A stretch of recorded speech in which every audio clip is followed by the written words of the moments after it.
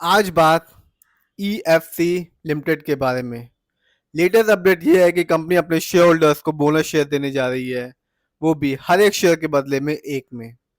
तो बात करते हैं इस कंपनी के बारे में। ये कंपनी बनी थी 1984 में और पहले इसका नाम था अमानी ट्रेडिंग एंड एक्सपोर्ट। ये कंपनी बिजनेस में है लीजिंग ऑफिस स्पेस, यानी कि ये किराए पे ऑफिस देती है और उनसे रेंट लेती है। तो बात करते हैं इस कंपनी के आज के शेयर प्राइस की। तो इस कंपनी का आज का शेयर प्राइस है 660 रुपए और आज ही इस कंपनी ने अपने शेयर होल्डर्स को रिटर्न के तौर पे दिया 0.35% का एक मामूली सा रिटर्न। तो चलिए देखते हैं इस कंपनी के ओवरऑल रिटर्न को, फंडामेंटल्स को और शेयर होल्डिंग पैटर्न को। तो आप देख सकते हैं 24 में, सिर्फ 24 में इस कंपनी ने अपने शेयर होल्डर्स को 72% का रिटर्न बना के दिया।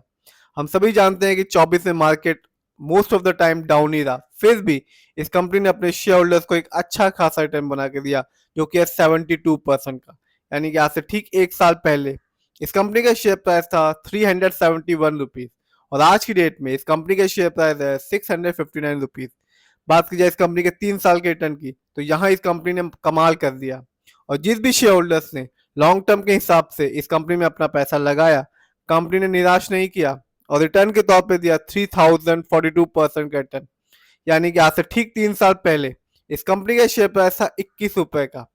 जी हाँ, 21 रुपए का। और आज की डेट में इस कंपनी का शेयर प्राइस है 659 का। यदि हम बात करें इस कंपनी के 5 साल के रिटर्न की, तो यहाँ भी इस कंपनी ने अपने शेयर होल्डर्स को रिटर्न देना जारी रखा और एक अच्छा खासा रिटर्न दिया 5 साल में, जो कि है 944% का। तो ये कंपनी रिटर्न दे रही है और ये बता भी रही है कि लॉन्ग टर्म इन्वेस्टमेंट से ही फायदा होता है स्टॉक मार्केट में रिटर्न पाने के लिए और डिविडेंड और बोनस शेयर पाने के लिए। आगे देखते हैं इस कंपनी के कुछ फंडामेंटल्स को।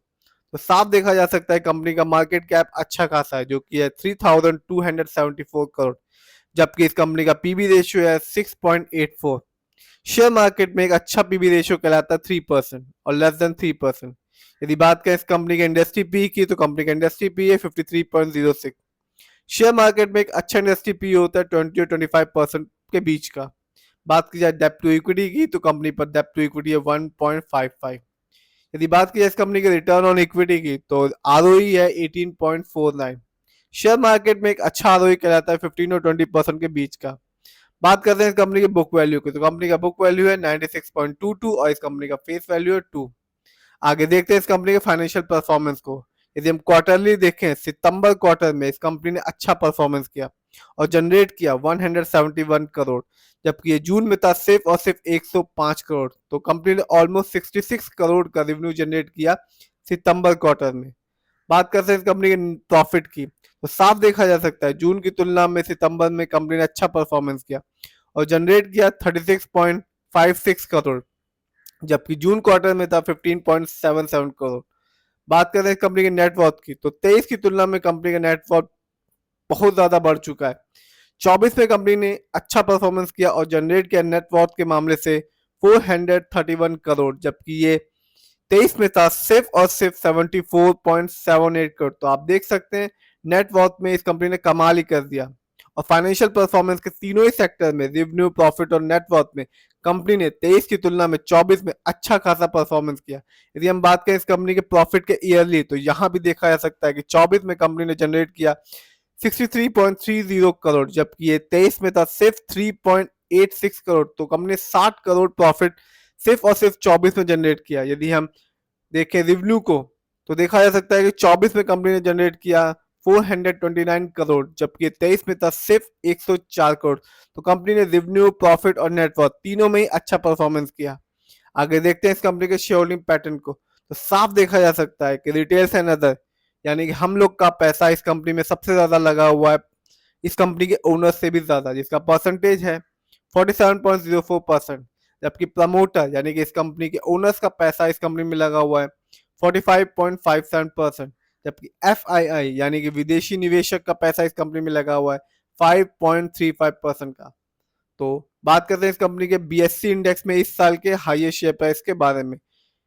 तो इस साल इस कंपनी का हाईएस्ट शेयर प्राइस गया 716 रुपीज 95 पैसा और लो शेयर प्राइस था 303 रुपये 10 पैसा। इस कंपनी का प्राइस बैंड है 20%। यदि बात की जाए इस कंपनी की कुछ अच्छाइयों के बारे में, तो कंपनी ने एक अच्छा क्वार्टर जनरेट करके दिया है। जैसे हमने पहले ही बताया, कंपनी ने सितंबर क्वार्टर में एक अच्छा खासा परफॉर्मेंस किया। बात की जाए यदि इसकी कुछ कमियों के बारे में, तो कंपनी ने साल दर साल प्रॉफिट तो जनरेट किया, पर अभी तक अपने शेयर होल्डर्स को डिविडेंड नहीं दिया। डिविडेंड का मतलब होता है प्रॉफिट का एक हिस्सा जो हर एक कंपनी अपने शेयर होल्डर्स को के साथ बांटती है जब भी किसी कंपनी को एक अच्छा खासा प्रॉफिट होता है, ईयरली क्वार्टरली। और इस कंपनी में डेटर्स डे भी बढ़ चुके हैं, जो कि 79 डेज से 106 डेज में। प्रमोटर होल्डिंग भी इस कंपनी की लास्ट 3 ईयर्स में घट चुकी है, जो कि है -29.4। तो ओवरऑल देखें, शेयर होल्डिंग पैटर्न में प्रमोटर की होल्डिंग से ज्यादा रिटेलर यानी हम लोग का पैसा लगा हुआ है, FII भी है। शेयर होल्डिंग पैटर्न ठीक ठाक है इस कंपनी का। फाइनेंशियल परफॉर्मेंस बहुत ही अच्छा है इस कंपनी का 24 में स्पेशली। और फंडामेंटल में मार्केट कैप 3274 करोड़ है। इस समय इस कंपनी का शेयर प्राइस है 659 रुपीज। 5 साल में इस कंपनी ने 944% का रिटर्न दिया। 3 साल में इस कंपनी ने 3000% का रिटर्न दिया। 24 में इस कंपनी ने 73% का रिटर्न तो दिया ही, साथ साथ अब कंपनी अपने शेयर होल्डर्स को बोनस शेयर देने जा रही है, वो भी हर एक शेयर के बदले में एक शेयर फ्री। तो रिटर्न दिया, बोनस शेयर दिया, और 3 साल 5 साल में भी रिटर्न दे दिया। तो एक अच्छी कंपनी है। फिर भी अपना पैसा लगाने से पहले खुद रिसर्च कीजिए, एनालाइज कीजिए किसी भी स्टॉक के बारे में, किसी भी कंपनी के बारे में, फिर ही अपने पैसे को स्टॉक मार्केट में लगाइए। स्टॉक मार्केट है, यहाँ कुछ भी हो सकता है। 3-4 चीजें मैटर करती है: लॉन्ग टर्म इन्वेस्टमेंट, शेयर की क्वांटिटी और पेशेंस। जब ये तीनों होगी तभी एक अच्छा रिटर्न पा सकते हैं आप स्टॉक